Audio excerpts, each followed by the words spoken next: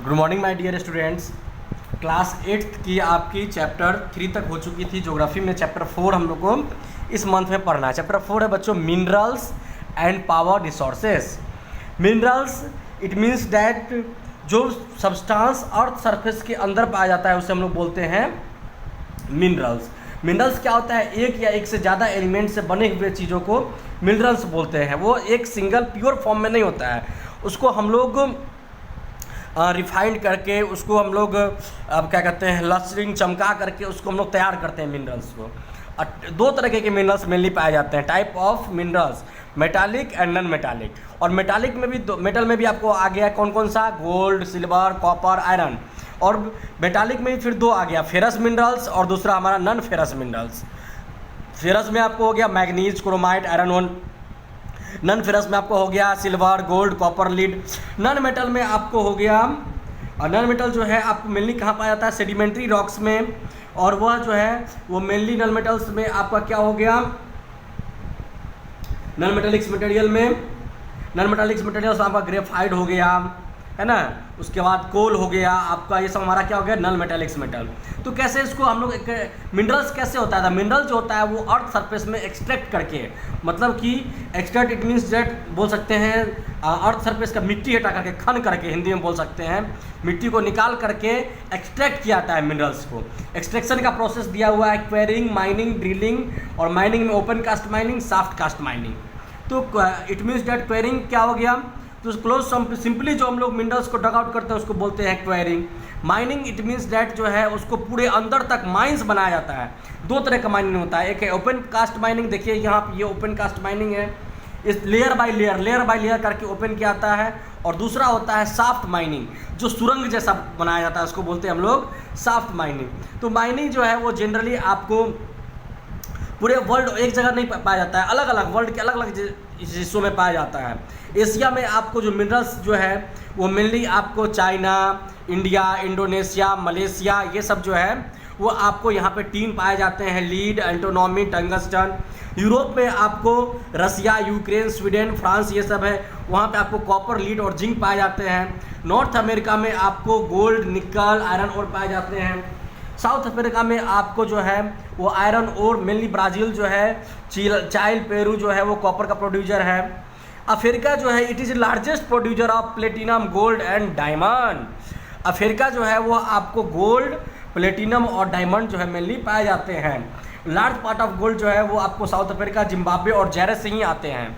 Australia जो है वहाँ पे आपको बॉक्साइट पाए जाते हैं। अंटार्कटिका में मेनली जो है आपको कोयल, आयरन ओर पाए जाते हैं। अब इंडिया में कहाँ कहाँ है? तो इंडिया में जो आयरन ओर है आपको मेनली उड़ीसा, झारखंड, छत्तीसगढ़, मध्य प्रदेश में पाए जाते हैं।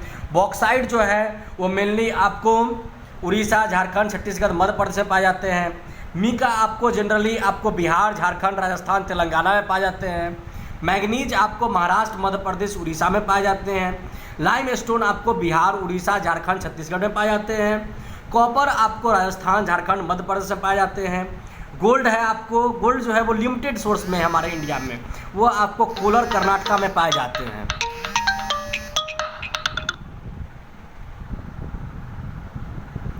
उसके बाद आपको साल्ट जो है वो हम लोग सी से प्रेजेंट करते हैं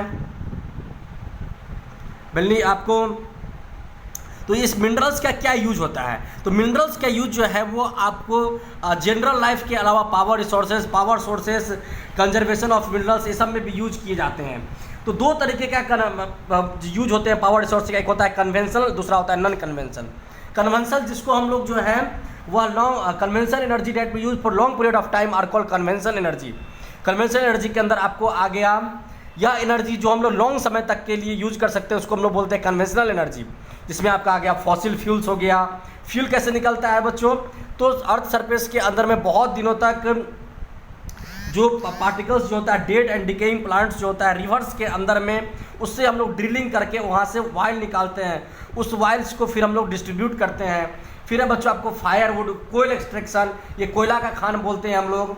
फिर फायर एक्सट्रैक्शन के द्वारा कोयला निकालते हैं। कोयला से जो है आपको कोयला में मेनली चार तरह कोयला पाए जाते हैं, एंथ्रासाइट, ब्यूटोमेनस, इग्नाइट एंड पीट, जो हम लोग को थर्मल पावर प्लांट के लिए यूज़ किया जाता है। कोल जो है वो आपको लगभग हमारे इंडिया में 160 बिलियन मेट्रिक टन्स जो है, about 80% of total found in Damodar valley, Jharia, Dhanbad, Bokaro, Ranigarh और गिरिडीह में आपको कोयल पाए जाते हैं। पेट्रोलियम जो है वो मेनली आपको इंडिया में जो है प्रोडक्ट मेनली जो है आपका पेट्रोलियम ये सब है आपका Saudi Arabia, Iran, Kuwait, Iraq, कतार, यूएई, बहरीन ये सब में पाए जाते हैं। अपने इंडिया में मेनली 2 जगह दिग्बोई असम और बॉम्बे हाई मुंबई में पाए जाते हैं। नेचुरल गैस में जो आपको मेनली 2 तरह के गैस है, एक हमारा लिक्विफाइड पेट्रोलियम गैस, दूसरे हमारे सीएनजी गैस। तो मेनली जो है वो पाए जाते हैं आपको मैक्सिको, नीदरलैंड और रसिया में। इंडिया में आपको गुजरात, आंध्र प्रदेश, तेलंगाना, महाराष्ट्र में। नेक्स्ट है बच्चों हाइडल पावर, हाइड्रो इलेक्ट्रिसिटी। तो hydro it means that water के द्वारा इलेक्ट्रिसिटी जो प्रोड्यूस किया जाता है उसको बोलते हैं हम तो हाइडल पावर। उसमें क्या आता है कि वाटर को जमा किया जाता है डैम में, उसके बाद उसको एक साथ जो है वह मूव कर दिया जाता है और वह टरबाइन के द्वारा रोटेट होता है और उस रोटेशन के द्वारा जो है इलेक्ट्रिसिटी प्रोड्यूस होता है। नेक्स्ट है बच्चों हमारा non conventional source of energy. Non conventional source जिसको हम लोग जो शॉर्टेज होने का संभावना जो है वो कम होता है और वो जो बहुत मतलब कि शॉर्ट नहीं हो सकता है। जनरली नेचुरल चीज़ को हम लोग बोलते हैं non conventional source of energy, जो आपका हो गया जियोथर्मल एनर्जी। जियोथर्मल एनर्जी के अंदर में हम लोग जो है वो आपको यूज करते हैं जैसे tidal energy, solar energy, wind energy, geothermal energy, nuclear energy. तो सोलर एनर्जी में क्या होता है, देखिए सोलर प्लेट जो है उसके द्वारा इलेक्ट्रिसिटी कंज्यूम किया जाता है, उसके द्वारा इंडस्ट्री में ये सब में यूज़ किया जाता है। Next wind energy, wind energy जो है वो बहुत ऊपर मतलब कि पहाड़ी इलाके में जहाँ पे हवा के द्वारा रोटेट होता है और उससे इलेक्ट्रिसिटी प्रोड्यूस किया जाता है। न्यूक्लियर एनर्जी जो है वो रेडियो एक्टिव एलिमेंट्स, यूरियम, थोरियम, ये सब का प्रोसेस जो है न्यूक्लियर फ्यूजन के द्वारा न्यूक्लियर एनर्जी का यूज़ किया जाता है। हमारे इंडिया में नरोरा उत्तर प्रदेश, तारापुर महाराष्ट्र, कोटा राजस्थान, कैगा कर्नाटका में पाया जाता है। नेक्स्ट है हमारा बच्चों टिडल एनर्जी। टिडल एनर्जी जो है ओशियन में टाइड जो होता है उसके द्वारा है, ये अभी बहुत ज़्यादा फेमस नहीं है। नेक्स्ट बच्चों जियोथर्मल एनर्जी। जियोथर्मल एनर्जी भी जो है वो भी अपने इंडिया में मतलब हीट जो अर्थ के द्वारा हीट प्रोड्यूस होता है उससे जियोथर्मल एनर्जी बोलते हैं हम लोग। वो भी अपने इंडिया में ज़्यादा प्रोड्यूस नहीं है अभी। आपको अमेरिका ये सब में जियोथर्मल एनर्जी जो है वो ज़्यादा यूजफुल है। बायोगैस जो एनिमल और ह्यूमन वेस्टेज के द्वारा, फार्म वेस्टेज के द्वारा, किचन वेस्टेज के द्वारा तैयार किया जाता है मीथेन गैस और कार्बन डाइऑक्साइड को मिक्स करके, जिसको हम लोग कुकिंग गैस के तौर पे लाइटिंग्स के लिए हम लोग इस्तेमाल कर सकते हैं। अब हमें क्या करना चाहिए बच्चों, conversion of power energy sources, जो पावर और एनर्जी सोर्सेज हैं उसको बचाना चाहिए, क्योंकि कोयला भी जानते हैं हम लोग लिमिटेशन में है। आपको कोई भी मिनरल्स जो है अर्थ सरफेस के अंदर वो लिमिटेशन में और बहुत हज़ारों वर्षों लग जाते हैं उस कोयला को तैयार होने में, इसलिए जो है वो फालतू का आपको वेस्ट नहीं करना चाहिए। इस तरीके से बच्चों आपका चैप्टर कंप्लीट हो गया। तो चैप्टर के लाइन बाय लाइन आप लोग पढ़ करके इसका जो भी क्वेश्चन आंसर है उसको आप लोग कंप्लीट करेंगे। Thank you.